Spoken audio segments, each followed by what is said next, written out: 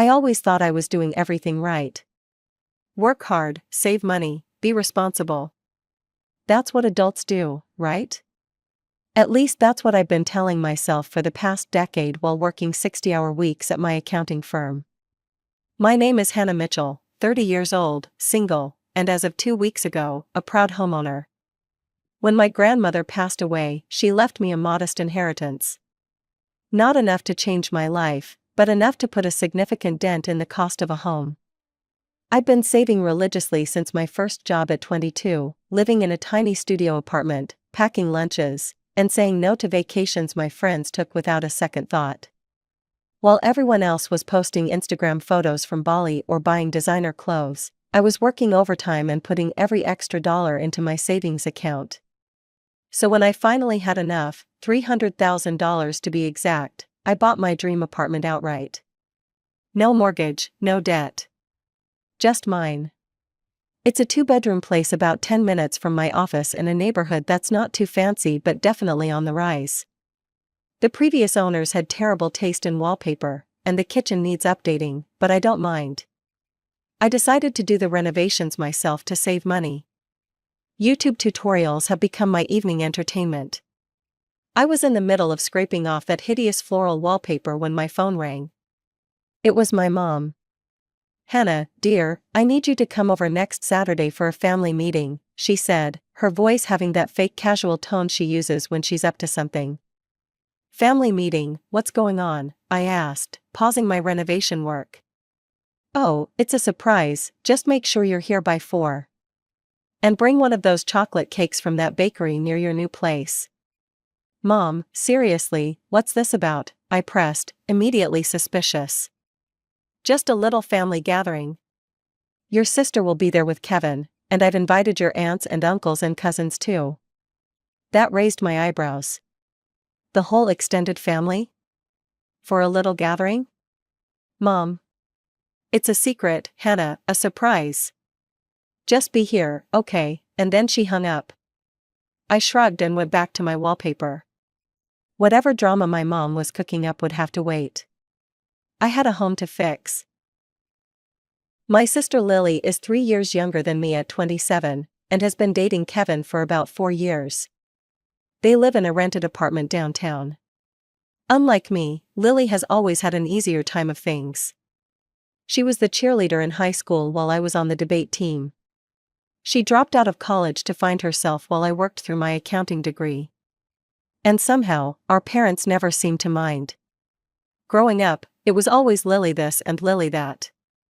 When we were kids and both had dance recitals on the same weekend, guess which one my parents attended? When we both graduated, my parents threw Lily a massive party for finishing high school, while my college graduation got a dinner at Olive Garden. I still remember my 16th birthday when I got a used bike while Lily got a car for her 16th the following year. When I asked my parents why, they said, "Lily needs more help getting around to her social activities." As if my debate tournaments and library volunteering didn't count. But I've never been the type to make a scene. I just worked harder, saved more, and proved I could take care of myself. The week flew by as I continued working on my apartment. I managed to get all the wallpaper down and started priming the walls for painting. The sense of accomplishment I felt looking at my progress was worth every blister on my hands. When Saturday arrived, I woke up early to finish painting the living room before heading to my parents' house. I stopped by the bakery as requested and picked up a chocolate cake with buttercream frosting, my mom's favorite. As I drove to my childhood home, I wondered what this family meeting could possibly be about. My parents' house is a 2-story colonial-style home that my grandmother left to my sister and me when she passed. We let our parents continue living there, of course. It never even occurred to me to do otherwise. The house was filled with childhood memories, both good and bad. As I pulled into the driveway, I noticed several cars already parked. I recognized my Uncle Steve's truck and Aunt Karen's minivan. My cousin Derek's motorcycle was leaning against the garage. Whatever this was about, it was definitely a full family affair. I took a deep breath, grabbed the cake box, and headed inside. "Hannah's here," my mom called out as I walked through the door. She gave me a quick hug and took the cake from my hands. Perfect timing, we're just about to sit down. I looked around the living room. Lily and Kevin were sitting on the couch, hands intertwined, whispering to each other. My dad was talking with Uncle Steve in the corner. Aunt Karen and my cousins were already heading toward the dining room. What's going on? I asked Lily as I approached. She smiled mysteriously, you'll see. That didn't help my growing sense of unease.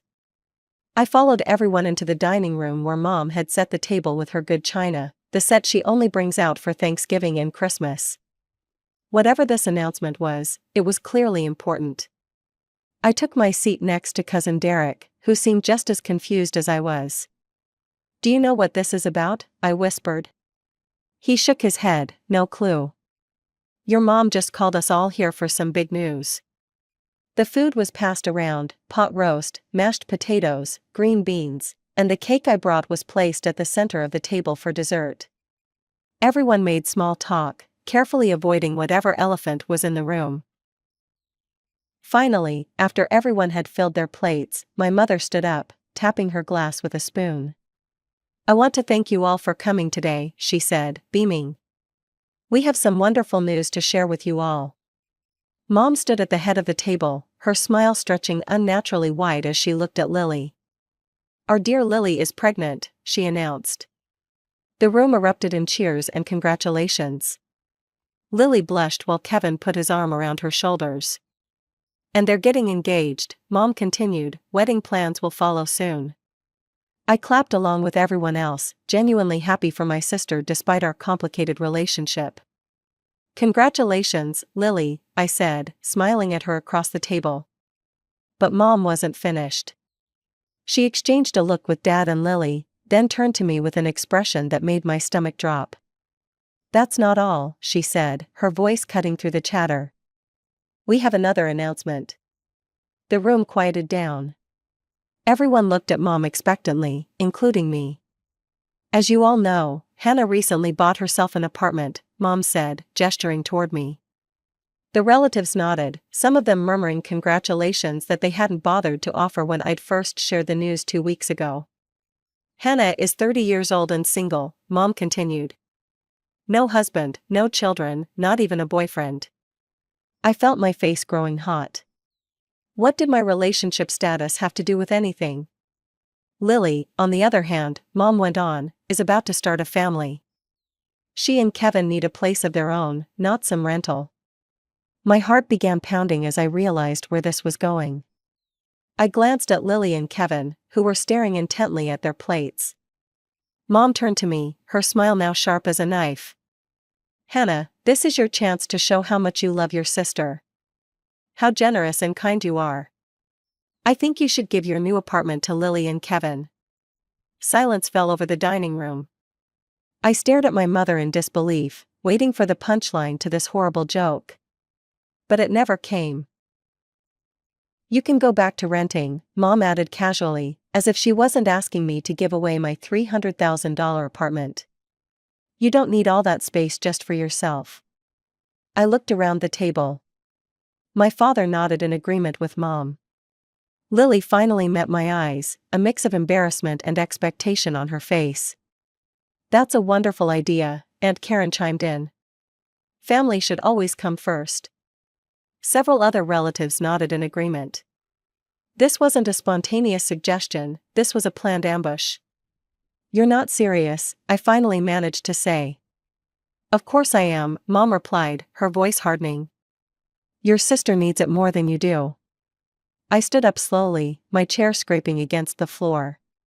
Let me get this straight, you want me to give Lily my apartment. The apartment I worked 60-hour weeks for years to afford. The apartment I just bought with money I inherited from Grandma and saved for 8 years. You want me to just hand it over because Lily got pregnant? Hannah, Dad cut in, his tone warning me to back down, don't be selfish. Selfish? I laughed, the sound hollow even to my own ears. I worked for that apartment, every single penny, no one helped me. But Lily needs, Mom started. No, I interrupted, absolutely not. I will not give my apartment to Lily. It's mine. I earned it." Lily burst into tears, her hand dramatically pressed against her still flat stomach. Kevin glared at me as if I'd just kicked a puppy. "How can you be so heartless?" Mom demanded, her face flushing with anger. "Your own sister. How can you ask me to give away everything I've worked for?" I countered. "Why doesn't Lily work and save like I did?" The relatives began whispering among themselves. I heard phrases like "so materialistic" and "always was the difficult one." "You've always been like this," Mom spat, "always thinking only of yourself." "I'm not giving her my apartment," I repeated firmly, end of discussion. What happened next still plays in my mind in slow motion. Mom grabbed the chocolate cake I'd brought, the one sitting untouched in the center of the table, and hurled it at me with surprising force. It hit me square in the face, cream and chocolate splattering across my cheeks and dripping down my neck onto my blouse. The room fell silent. I slowly wiped the frosting from my eyes, letting globs of cake fall to the floor. Dad and Lily didn't look shocked or horrified. Instead, they seemed pleased, as if I'd finally gotten what I deserved. Without a word, I grabbed my purse and keys and walked out, cake still smeared across my clothes and hair. Behind me, I could hear the shouts beginning. "Selfish bastard," that was Mom's voice. "We should disown you," Dad called after me. "How could you do this to me?" Lily wailed. I got into my car, hands shaking so badly I could barely turn the key. Somehow, I managed to drive home, chocolate frosting drying on my skin. I collapsed onto my couch, the old, second-hand one I'd brought from my rental, and tried to process what had just happened. My phone started buzzing almost immediately.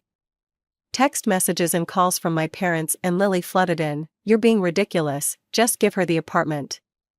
I can't believe how selfish you're being right now. After everything we've done for you. Your pregnant sister needs a home." I turned off my phone and tossed it aside. What had they ever done for me? All my life, I'd been second best to Lily. When we were kids and both needed new clothes for school, Lily got the brand names while I got whatever was on clearance. When we both applied to summer camps, my parents found the money for Lily's art camp but told me the debate camp I wanted was too expensive. On Lily's 16th birthday, they threw her a massive party with a professional DJ. On mine, Mom made a cake and invited 2 relatives. And now they expected me to give her my apartment? The one thing I'd achieved completely on my own? I thought about the house we were sitting in just an hour ago. My grandmother's house, the one she left to Lily and me equally in her will. We'd let our parents live there out of kindness, never asking for anything in return. I was half owner of that house, just as Lily was. And suddenly, I knew exactly what I needed to do. The next morning, I woke up with a plan. I searched through my filing cabinet until I found the folder labeled Grandma's Will. Inside was the document that confirmed what I already knew. Lily and I each owned 50% of our parents' house. They were living there by our goodwill, not by legal right. I was about to call a lawyer when my phone pinged. It was a notification from Facebook. My mother had tagged me in a post. With a growing sense of dread, I opened the app and nearly dropped my phone when I saw what she'd written. It breaks my heart to share this, but sometimes family disappoints you in the worst ways. Yesterday, my daughter Hannah refused to help her pregnant sister Lily when she needed it most. Despite having the means to help, Hannah chose selfishness over family. As a mother, I've never been more heartbroken. Please pray for Hannah to find compassion in her heart. The post had dozens of comments, mostly from relatives and family friends. I was there. Hannah was horrifically cruel to poor Lily. Some people just don't understand what family means. Keeping an apartment all to herself when her sister is pregnant? Shameful. Not a single person mentioned how my mother had thrown a cake at my face. Not one person questioned why I should give up my apartment that I'd worked so hard for. I scrolled through the comments, each one like a knife to my chest. My mother was actively liking and responding to the most vicious ones. She was orchestrating a public shaming campaign against me. That was the moment something broke inside me. The last thread of familial loyalty snapped. I picked up my phone and called the first lawyer that came up when I searched for real estate attorney in my area. Blackwell Law Office, a receptionist answered. I need to speak with a lawyer about property rights, I said, my voice surprisingly steady. 2 hours later, I was sitting across from Jeremy Blackwell, a sharp-eyed man in his 50s who listened carefully as I explained my situation. Let me get this straight, he said when I finished. You and your sister inherited a house from your grandmother. You've allowed your parents to live there rent-free. Now, after they demanded you give your apartment to your sister and publicly humiliated you when you refused, you want to know your options regarding the house? Yes, I confirmed. I don't want to be vindictive, but they've shown me no respect or consideration. I need to know what my rights are. Jeremy reviewed the will and nodded. It's clear-cut. You and your sister each own 50% of the property. You can, at any time, request that the house be sold and the proceeds split between you and your sister. What's the process? I asked. I'll draft a formal notice stating your intention to sell your half of the property. Your sister can either buy you out at fair market value, or the entire house will need to be sold and the proceeds divided. Your parents, legally, have no say in the matter. I took a deep breath. Do it. For the next few days, I focused on my apartment renovations. I'd finished painting the living room and moved on to ripping out the old carpet. Physical labor helped keep my mind off the mess with my family. I'd blocked their numbers temporarily. I needed space to think clearly without their constant harassment. 5 days after my meeting with Jeremy, my doorbell rang. I looked through the peephole to see my parents, Lily, and Kevin standing in the hallway. I didn't open the door.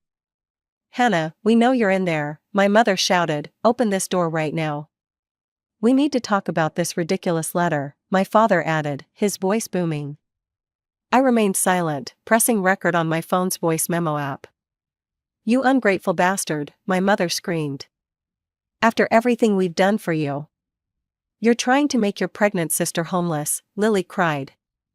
This is low, even for you, Kevin added. I recorded every word, every threat, every insult they hurled at my door for nearly 15 minutes before they finally gave up and left. The next day, I sent the recording to Jeremy, who called me immediately. This is harassment, he said firmly. We can file for a restraining order if necessary. But more importantly, their behavior only strengthens our position. They've clearly demonstrated hostility toward you. A week later, Jeremy called with news. Your parents' lawyer reached out, they want to mediate. The mediation was set for the following Monday at Jeremy's office. I arrived early, dressed in my most professional outfit, a navy blue pantsuit I usually reserved for big client meetings. Jeremy greeted me with a confident smile. Remember, you have every legal right to do this. Don't let them make you feel guilty. My parents, Lily, and Kevin arrived with their lawyer. My mother glared at me with naked contempt. Traitor, she hissed as she passed me. The lawyer spoke first, laying out the facts of the case. My parents' lawyer argued that selling the house would cause undue hardship to my family. Jeremy countered by presenting the recorded harassment and social media posts as evidence of their treatment of me. After nearly 2 hours of back and forth, the lawyers conferred privately before returning with a proposed settlement. The house would be sold, and the proceeds divided equally between Lily and me, as per our grandmother's will. My mother burst into tears when she heard this. Please, Hannah, she sobbed, suddenly switching tactics, we're your family. How can you do this to us? I'm sorry about the cake, I lost my temper. I looked at her tear-streaked face, remembering all the times I'd forgiven her treatment of me, all the times I'd accepted being second best to Lily. I thought about the public humiliation she'd orchestrated, the harassment at my door, the demands that I give up everything I'd worked for. The house will be sold, I said quietly, that's final. Jeremy nodded and began drafting the settlement agreement. As we waited, I could feel my family's hatred radiating toward me. I didn't care anymore. For the first time in my life, I was standing up for myself. 2 months passed in a blur of legal paperwork and real estate viewings. The house sold faster than expected, the market was hot, and the property was in a desirable neighborhood. After closing costs and fees, Lily and I each received just over $175,000. I never spoke directly to my family during this time. All communication went through our lawyers. I learned from Jeremy that my parents were furious but ultimately powerless to stop the sale. They'd been living in a property they didn't own for years, contributing nothing toward its upkeep beyond basic maintenance. "What are they going to do now?" I asked Jeremy during our final meeting. "Your sister has decided to use her share as a down payment on a new house," he explained. "Your parents will be moving in with her and Kevin. They've secured a mortgage for the remainder." I nodded, feeling a strange mix of emotions. Part of me felt guilty. I'd effectively forced my parents from their home. But another part, the part that remembered the cake in my face and the public shaming, felt vindicated. "What about you?" Jeremy asked. "Any plans for your share?" "Investment portfolio," I replied. "I've been working with a financial advisor to set up a diversified mix of stocks, bonds, and real estate investment trusts." "Smart move," he said approvingly. "Well, unless there's anything else, I think our business is concluded." I shook his hand. "Thank you for everything." As I walked out of his office, I felt lighter somehow, as if I'd set down a heavy load I'd been carrying for years, the weight of always being the responsible one, the one who gave in, the one who sacrificed. Back at my apartment, I surveyed what I'd accomplished. The renovation was nearly complete. I'd replaced the carpet with hardwood floors, painted every room, updated the kitchen with new appliances, and installed modern light fixtures throughout. It looked nothing like the place I'd bought 3 months ago. It was truly mine now, in every sense. My phone rang, a friend from work. "Hey, Sarah," I answered. "Hannah, how are you doing?" She sounded concerned. We talked briefly about the family drama when I'd shown up to work with red eyes after the cake incident. "I'm okay, actually," I realized as I said it that it was true. "The house sale is final. The money's in my account." "And your family?" I sighed. "That part's still a mess. I haven't spoken to any of them. I hear things through mutual friends though." "What kind of things?" "Lily's wedding was last month, small ceremony, just close family." I paused. I wasn't invited, obviously. "I'm sorry, Hannah." "Don't be, I wouldn't have gone anyway." "I meant it, she's due to give birth next week, apparently, a boy." "And you're really okay with all of this? Not seeing your nephew?" I thought about it for a moment. He'll grow up thinking I'm the villain in some family drama.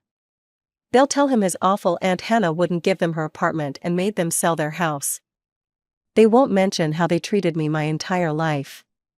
Sarah was quiet for a moment. "Families are complicated." "That's putting it mildly," I laughed without humor. "The thing is, Sarah, I don't think they ever really saw me as family. I was just useful.